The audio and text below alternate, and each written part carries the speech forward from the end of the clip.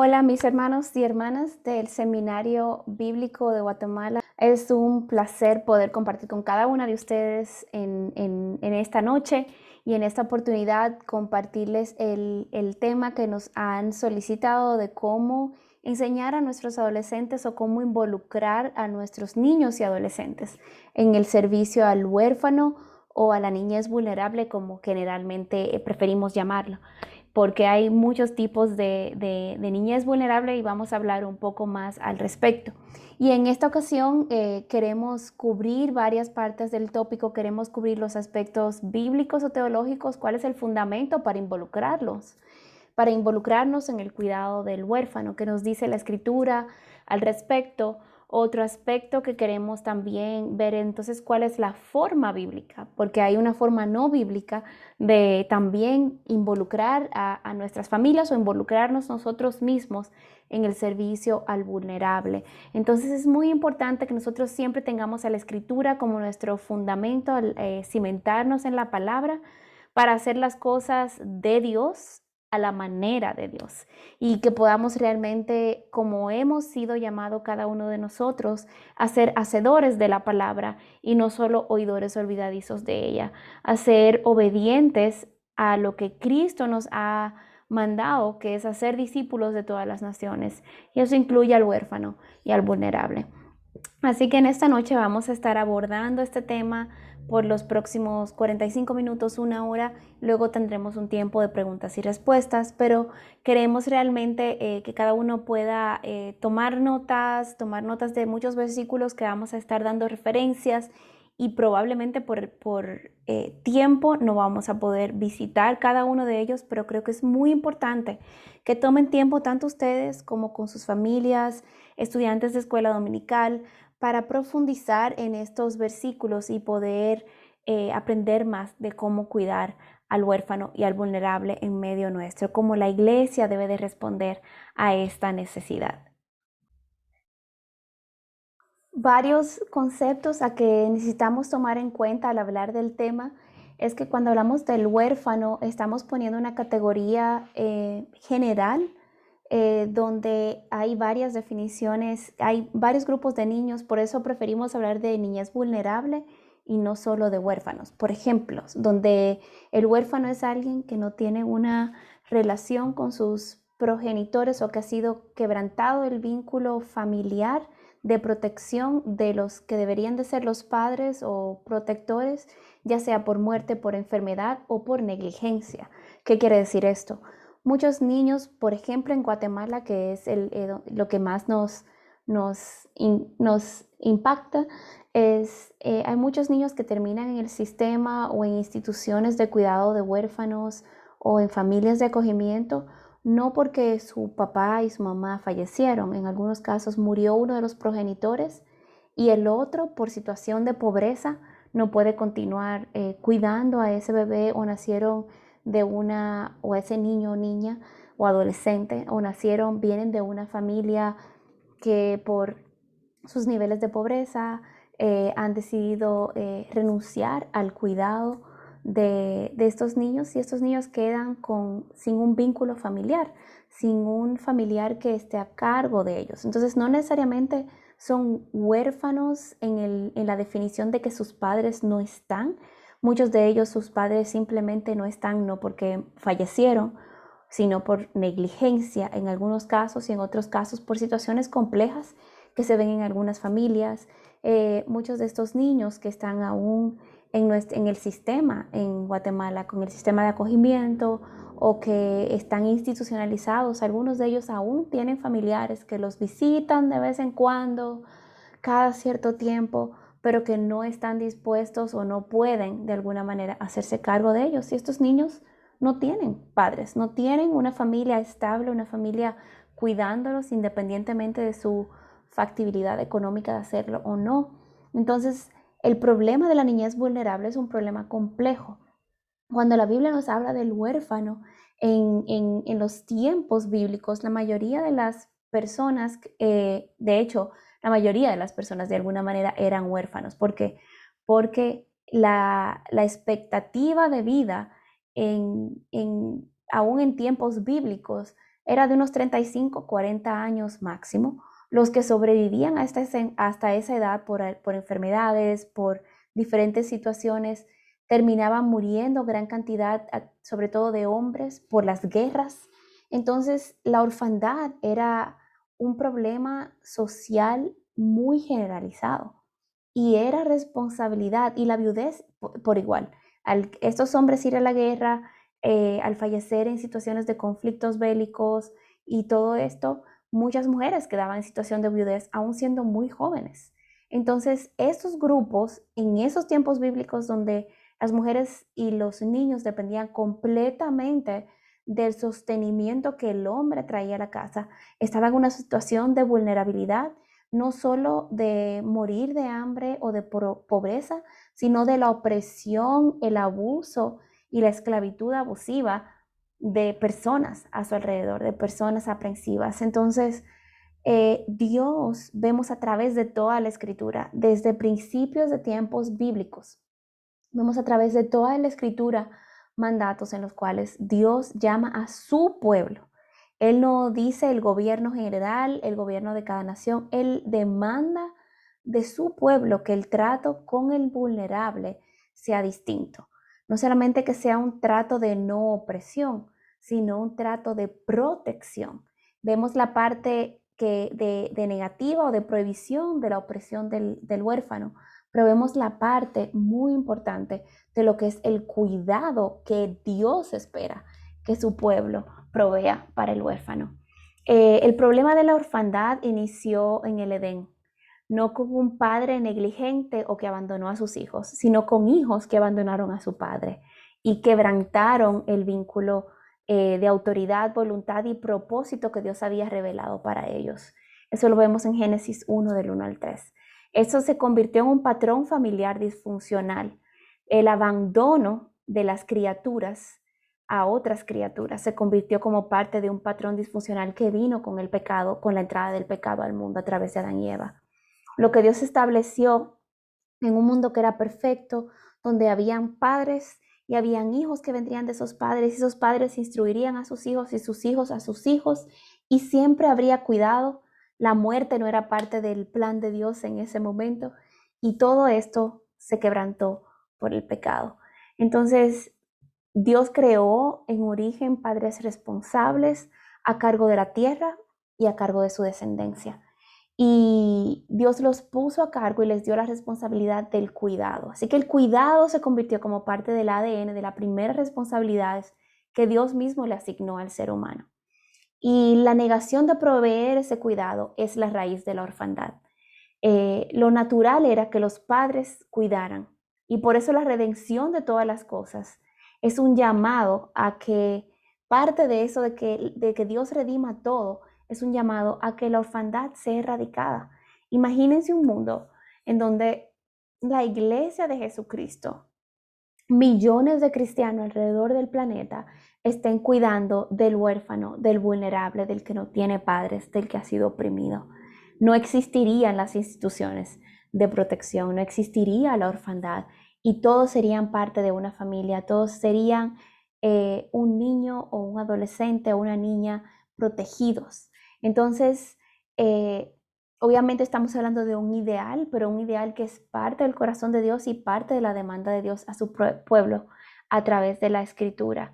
Mi historia personal, yo recibí el llamado misionero, yo soy misionera en Guatemala, vine hace 2 años y medio más o menos, llegué a Guatemala como misionera, trabajé como misionera en el este de Asia por 9 años, donde viví y estuve trabajando con la iglesia en diferentes partes de Asia, lugares de acceso restringido, lugares donde la iglesia es perseguida, y con personas en muchas situaciones de vulnerabilidad o que venían de esa situación. Y a pesar de que recibí mi llamado misionero a los 9 años, tuve que esperar hasta los 21 para ver ese llamado concretarse. Aunque ya tengo 12 años sirviendo como misionera, eso es otra historia. Con la misma convicción puedo decir que desde mi adolescencia Dios puso una conciencia y un entendimiento de lo que era la niñez vulnerable y lo que eran los niños huérfanos, y puso en mi corazón ese llamado a la adopción. desde mis 16 años, desde mi adolescencia. Eh, no digo que lo recibí porque no fue una experiencia mística, fue algo que Dios puso en mi conciencia, en mi corazón desde entonces y una idea que siempre estuvo en mi mente. Nunca consideré la adopción como el plan B para mi vida.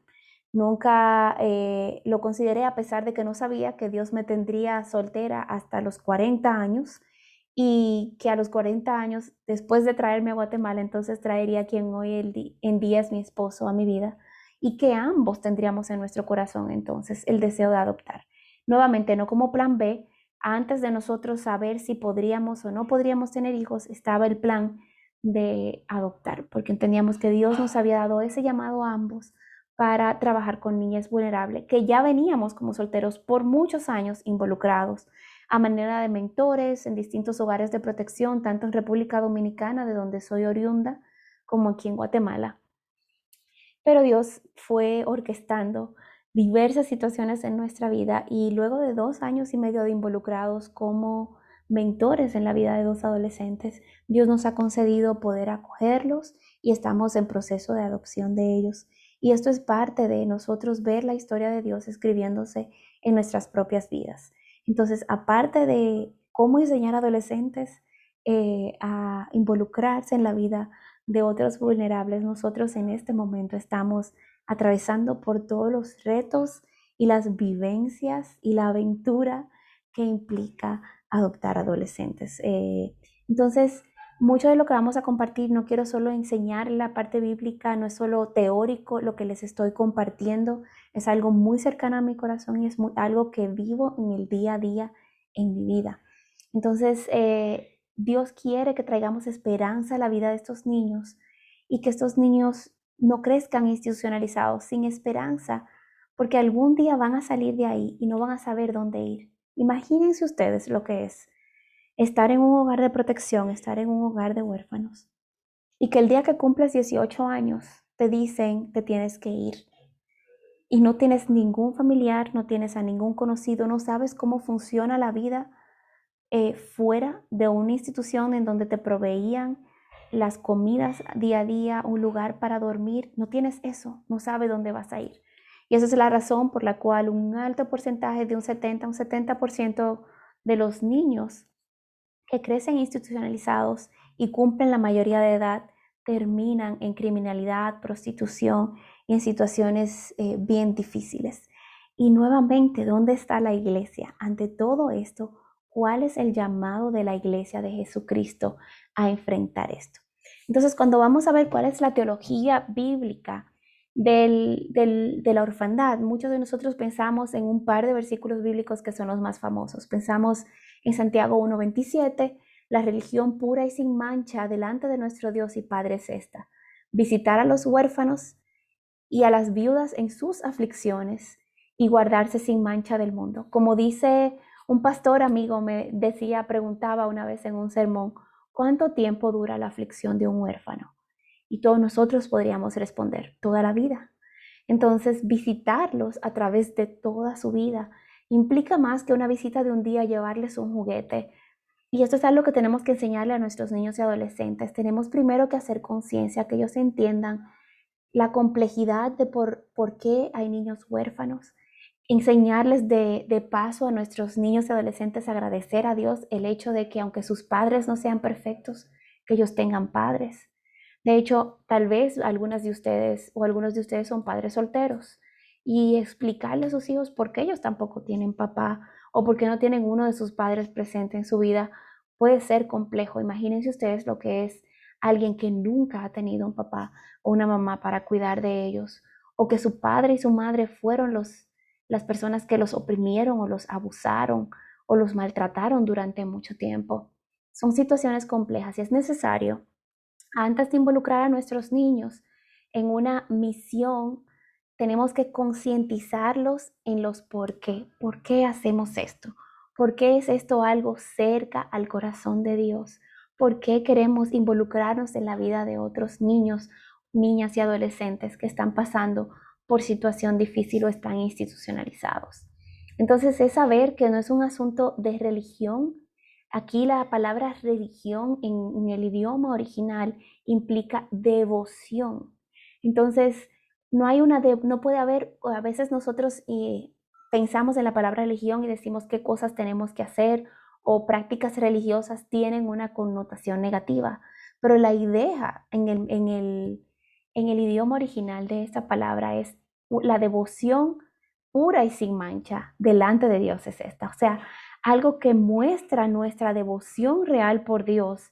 Y fíjense ustedes que Dios nos dice cuántos días a la semana vamos a la iglesia, cuántas personas han venido a conocer al Señor a través de nosotros, cuántos discípulos hacemos al año. No, aquí pone claramente que algo que revela una verdadera devoción por Dios es visitar a los huérfanos y a las viudas en sus aflicciones, que son a través de todas sus vidas, y guardarse sin mancha del mundo. Ahí habla de la santidad personal. Pero no puede haber una santidad personal si no hay una obediencia a los mandamientos del Señor. Y los mandamientos del Señor son mucho más que simplemente no hagas esto o no hagas aquello. Hay mandamientos del Señor y eso es algo que vamos a ver a través de toda la teología de la Biblia, a través de toda la escritura, que no solo son las prohibiciones, sino los mandatos de lo que debemos hacer. Es decir, es tanto pecado las cosas que hacemos que violentan la santidad de Dios, que violentan lo que Dios ha prohibido, que las cosas que dejamos de hacer, que Dios ha mandado y espera que su pueblo haga. Entonces, cuando le enseñamos a nuestros niños y a nuestros adolescentes acerca de la obediencia, les enseñamos la importancia del gran mandamiento. Amar a Dios sobre todas las cosas implica también amar a nuestro prójimo, y amar a nuestro prójimo, sobre todo al más vulnerable, implica el cuidado de los huérfanos y los niños en situación de vulnerabilidad.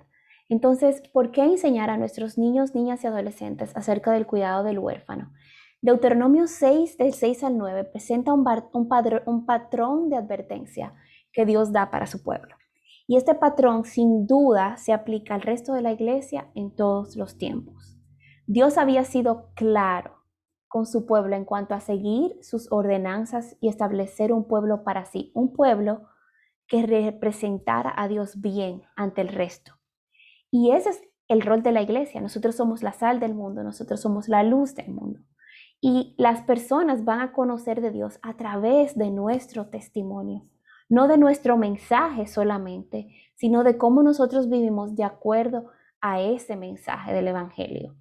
Entonces, en la Biblia vemos que Dios es el protagonista de la historia. No somos nosotros, no es el ser humano. Dios es el protagonista. Así que nuestro mayor rol es nosotros representar a Dios bien. Nosotros dar testimonio de Dios bien, no solo con nuestras palabras, sino con nuestras acciones. Y la responsabilidad bíblica de inculcar repetitivamente el temor de Dios y las ordenanzas del Señor a los niños y a las subsecuentes generaciones corresponde a los padres. Esto es algo sumamente importante. Cuando leemos Deuteronomio 6, vemos tres cosas importantes que debemos ver que los mandamientos de Dios, que Dios esperaba acerca de sus mandamientos. Él esperaba que fueran cuidadosamente y diligentemente estudiados por todos, padres e hijos, que los padres estudiaran sus mandamientos y los enseñaran a sus hijos. No solo el mandamiento, que se lo supieran de memoria, no matarás, no robarás, sino cómo eso se miraba en la vida diaria del pueblo de Dios, en la vida diaria de esta familia, en la vida diaria de este niño, a quien los padres estaban inculcando.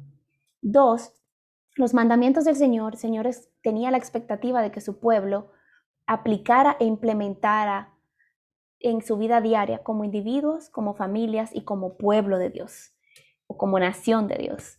Y tres, lo que Dios también esperaba era que fueran pasados de una generación a otra a personas de todas las edades. Dios no excluía a los niños y a los jóvenes de la responsabilidad de conocer y practicar sus mandamientos. Y esto es sumamente importante para cada uno de nosotros. Entonces, ¿qué dice Deuteronomio 6, del 6 al 9? Yo lo voy a leer en Nueva Traducción Viviente para que se entienda un poco más fácil. Lo voy a primero leer en la Nueva Biblia de las Américas y luego en Nueva Traducción Viviente. Dice: estas palabras que yo te mando hoy pensando que el libro de Deuteronomio es un solo sermón en donde el Señor les está dando un resumen de toda la ley que Él les ha revelado y que ellos deberán seguir como pueblo al entrar a la tierra prometida. Entonces esto es Dios recordándoles su ley y encargándoles lo que ellos deben de hacer y cómo deben vivir en respecto a su ley en esta nueva tierra donde Él les establece como nación.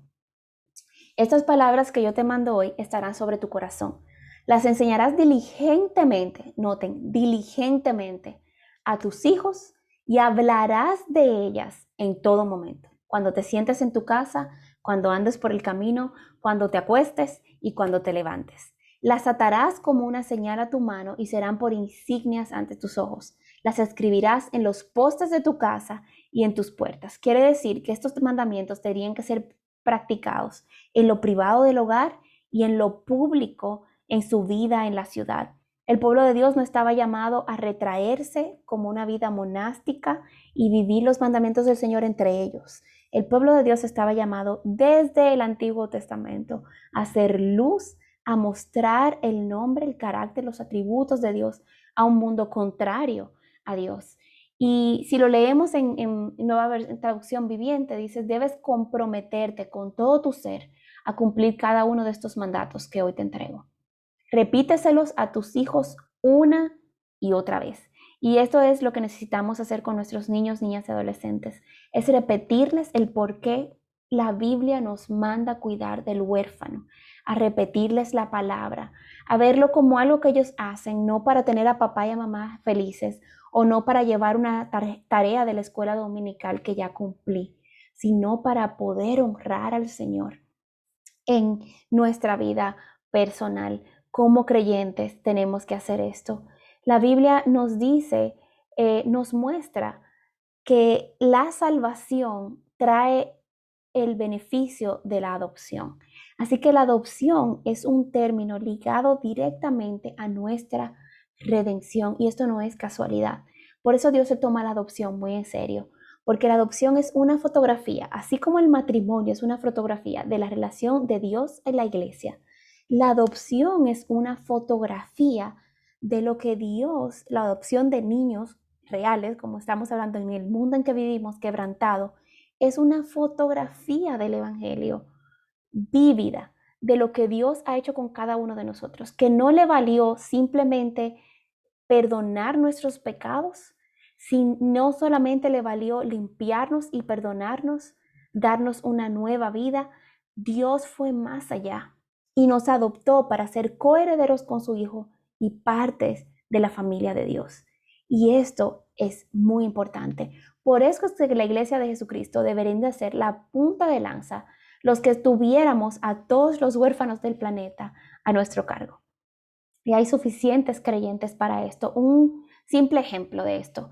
En Guatemala hay alrededor de 5,000 y pico de niños institucionalizados. Sí, yo sé que la mayoría de ustedes pensaban que eran más. Obviamente estos niños están en varias partes de su proceso legal. Eso quiere decir que no todos ellos son adoptables. No todos estos niños pueden ser adoptados porque todavía se está buscando si hay un recurso de familia que se pueda hacer cargo de ellos. Todavía se está tratando de determinar si sus padres están vivos, si no están vivos, si sus padres han cambiado la situación que los llevó al gobierno a estar a cargo de sus hijos. En fin, hay un número indefinido de cosas que tienen a nuestros niños en instituciones de cuidado y protección, hogares de cuidado y protección. Sin embargo, adoptables, niños que ya han sido declarados por el gobierno, por el sistema judicial, que no tienen ningún tipo de recurso. En Guatemala, la última vez que verifiqué la estadística a principios de este año, era alrededor de 273 niños. 273 niños. ¿Cuántas familias creyentes hay en Guatemala? Si mañana la Iglesia de Jesucristo tomara en serio el llamado al cuidado del huérfano, más allá que llevar una refa un día o un programa con payasos, si la Iglesia de Jesucristo viniera alrededor de familias que dicen, mira, no tengo suficiente recurso, pero la iglesia viene alrededor de ellos y dice, si tú estás dispuesto a adoptar, nosotros vamos a venir y te vamos a ayudar con los recursos, te vamos a ayudar con el cuidado, te vamos a ayudar a proveer una familia extendida para estos niños. Si la Iglesia de Jesucristo decidiera hacer eso, 273 niños guatemaltecos tendrían familias muy rápidamente. Y el problema de la orfandad en Guatemala quedaría erradicado. Entonces, ¿cómo nosotros tenemos que responder a esto? Tenemos que responder sabiendo de que hay formas. Aún esos 5.500 niños que están en instituciones de cuidado podrían tener familias sustitutas, familias que los acojan en lo que se resuelve su situación legal o en lo que ellos son adoptados. Familias que abran las puertas de su hogar y digan, por el tiempo que Dios te traiga, tú eres parte de nuestra familia. Y si Dios después decide que tú puedas pasar a otra familia ya para siempre, ha sido nuestro privilegio y seremos tu familia para siempre. Qué poderoso testimonio daría la iglesia guatemalteca si así nosotros respondiéramos a este problema de la orfandad. Alrededor del planeta se estima que hay más de 100 millones de niños en situación de vulnerabilidad y orfandad. Y eso es un número significativo. Pero cuando lo comparamos a la situación en Guatemala, a pesar de que hay miles y miles de niños en situación de vulnerabilidad, de los que conocemos, de lo que ya el sistema ya ha identificado y establecido, es una situación que puede resolverse.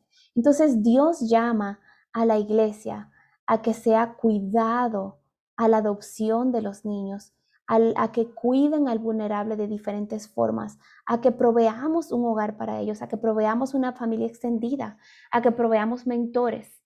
Por 2 años antes de recibir a nuestros chicos acá en nuestra familia, nosotros fuimos mentores de ellos y íbamos a un hogar de protección donde ellos estaban e íbamos 2 veces al mes, una vez al mes, a veces semanalmente durante ciertos tiempos y les ayudábamos, les llevábamos refa, conversábamos con ellos, veíamos cómo se sentían y era retador. No siempre los adolescentes quieren hablar con uno y sobre todo con un extraño. Pero sabíamos que Cristo nos había llamado a hacer esto y que Él abriría las puertas del corazón de esos chicos para recibirnos y escuchar el Evangelio y escuchar y el abrir su vida a 2 adultos que estaban dispuestos a estar ahí, aunque no vinieran a vivir con nosotros hasta su mayoría de edad, que pudieran también encontrar a alguien donde buscar ayuda una vez salieran del sistema. Todas esas son formas en las que las familias pueden involucrarse. Hay un ministerio llamado Somos, es un ministerio de la iglesia local aquí en Guatemala que se especializan en entrenar y facilitar el que usted pueda ser mentor, acoger o adoptar niños en situación de vulnerabilidad en Guatemala. Ellos le dan la asesoría, la instrucción, pero sobre todo el entrenamiento básico, práctico y bíblico de trabajar con los traumas que estos niños tienen, de cómo navegar con amor esas aguas turbulentas que es el corazón de un niño que viene de una situación de vulnerabilidad. Recordemos que todos hemos sido adoptados y tenemos que enseñarles a nuestros hijos que adoptamos porque esto es algo importante para Dios. Entonces, cuando vemos la primera vez que Dios habla de orfandad, lo vemos en Éxodo 4, 22 y 23. Y es la primera vez que Dios se identifica a sí mismo como padre de su pueblo. Y Dios hace eso, dice que Él es padre de su pueblo antes de que el pueblo se identificara como hijos. La adopción empieza por los adultos tomando una decisión intencional de perseguir, de buscar, de mostrar amor a estos niños en situación de vulnerabilidad. Es una situación en la cual nosotros como adultos tomamos esa decisión y entonces les enseñamos a nuestros niños y adolescentes a hacer lo mismo. Que aunque el otro niño, cuando vayamos a un hogar o cuando estemos trabajando con algún niño huérfano, al que el niño no responda de manera sana, aunque el niño tal vez no me hable, aunque el niño me muestre un poco de rechazo, tenemos que aprender a mostrarles el amor. Tenemos que trabajar con nuestros niños, niñas y adolescentes, porque ellos van a enfrentar a otros niños que aunque son como ellos, no han pasado por las mismas situaciones que ellos y eso hace que estos niños vengan con muchas heridas, con muchos traumas de rechazo, de dolor, de abuso y de muchas situaciones que tenemos que entrenar a nuestros niños para ellos enfrentar. Entonces, ¿cómo debe ser la respuesta del pueblo de Dios a los huérfanos? ¿Cómo enseñamos a nuestros niños, niñas y adolescentes? ¿Y cómo debe de responder la iglesia? Hay 2 cosas que la iglesia de Jesucristo en general necesitamos hacer. O como familia, tal vez decir, yo antes no lo había pensado, yo no sabía que tenía esa responsabilidad delante del Señor. Entonces, lo primero que tenemos que hacer es venir delante de Dios con humildad y decirle, Señor, perdóname porque yo hasta este momento no había visto que esto era parte de mi responsabilidad. Perdóname porque mis hijos no, perdónanos porque tal vez esos niños no habían pensado en otros niños huérfanos. Y venir con arrepentimiento. Señor, yo me arrepiento de no haberme involucrado antes, pero te pido que me muestres formas en las cuales involucrarnos. Y la primera forma, obviamente, es la oración. Entonces, infórmense, busquen en internet un listado de los hogares de protección en Guatemala y de los niños en vulnerabilidad. De hecho, la PGN, la Procuraduría General de la Nación, publica en su página web acerca de niños que se está buscando a sus padres, niños específicos con nombre, apellido, que se está buscando si hay algún familiar que se quiera hacer cargo, que terminan institucionalizados y que en algún momento van a ser declarados entonces en adoptabilidad si no aparece alguien. Póngale nombre y apellido a su oración y con sus hijos y con sus niños de su escuela dominical, imprima los nombres de estos chicos y empiecen a orar para que Dios provea una familia a estos niños que salen en la página de la PGN.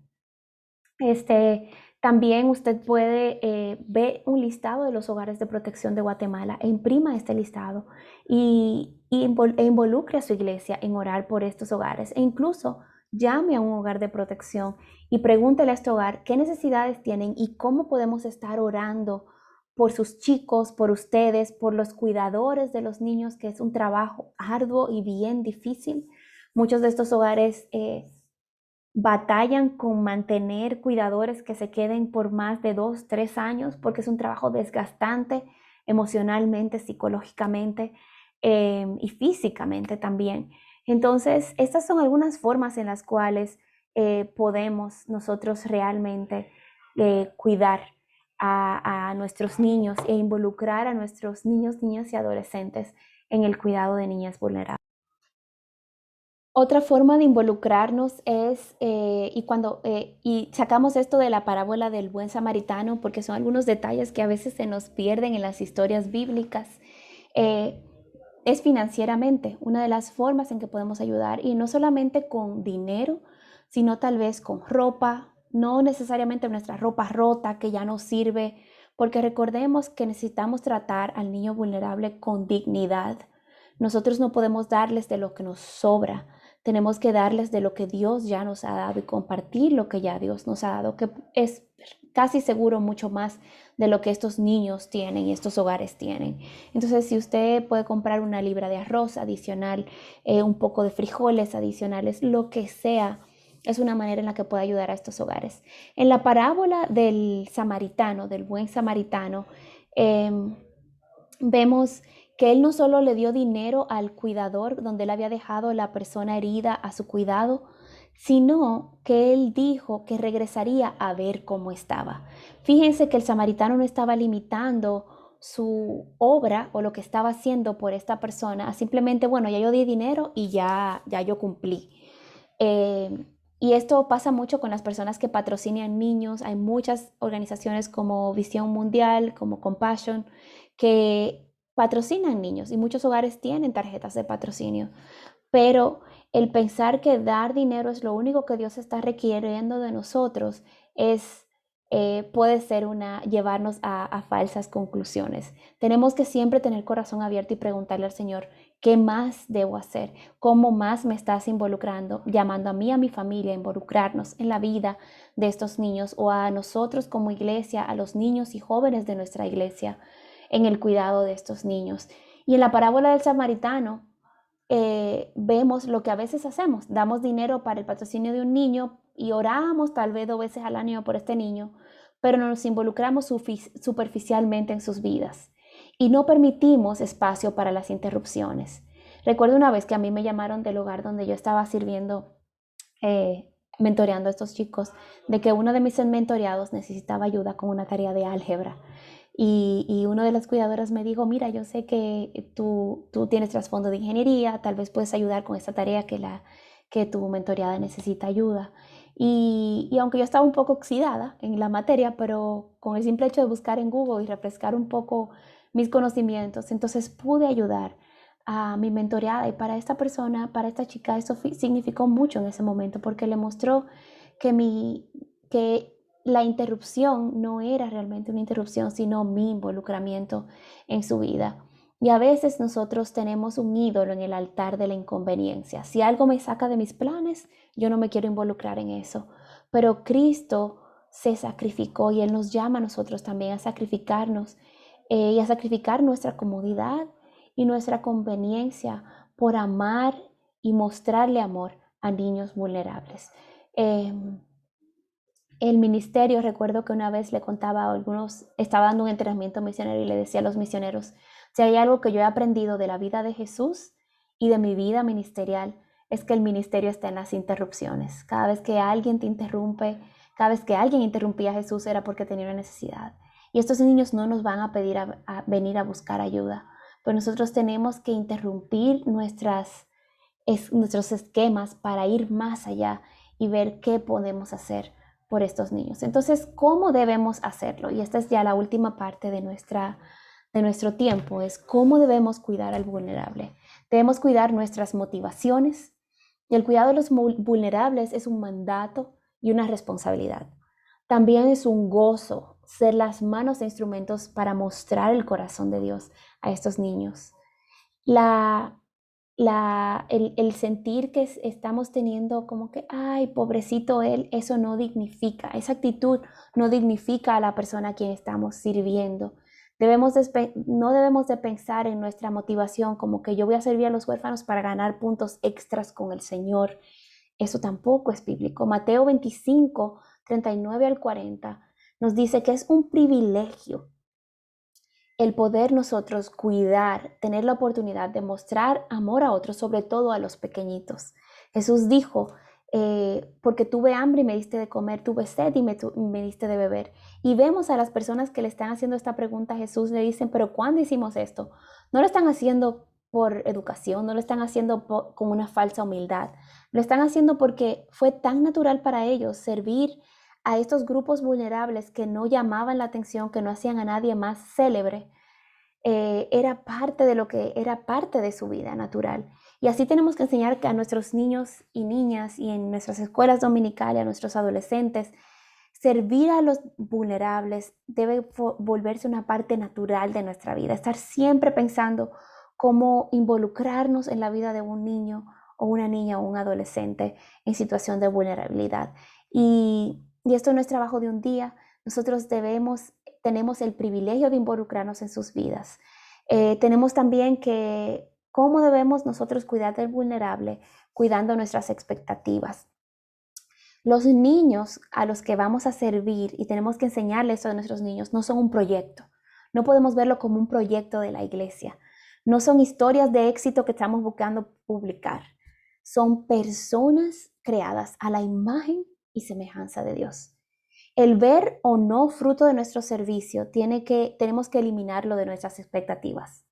El libro de Hebreos nos hace un panorama acerca del Salón de la Fama de la fe, donde todas estas personas, y dice al final, por fe hicieron esto, por fe hicieron aquello, pero dice de los cuales el mundo no era digno. Y ellos murieron sin haber recibido el fruto de en aquello que habían creído.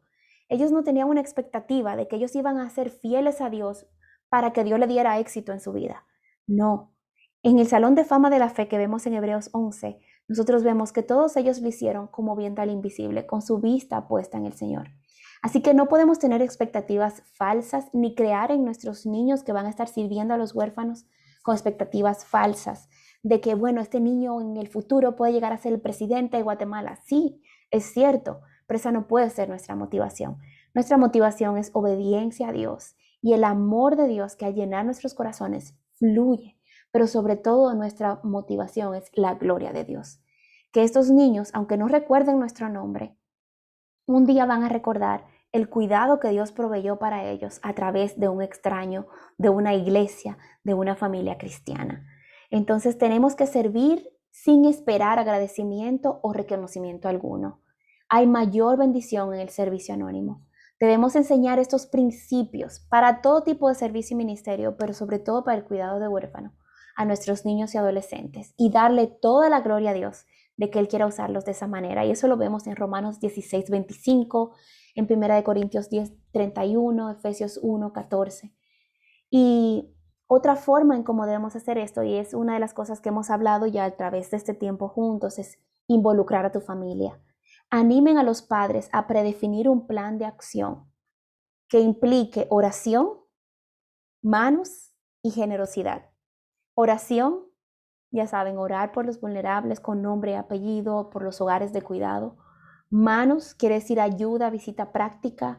Si ustedes están llamados, deben de orar y ver si Dios los está llamando ya a involucrarse más como en adopción, adoptando niños, como hogar de acogimiento temporal o como mentores en algún hogar, visitando a estos hogares ya de manera regular e involucrándose en la vida de niños específicos dentro de este hogar.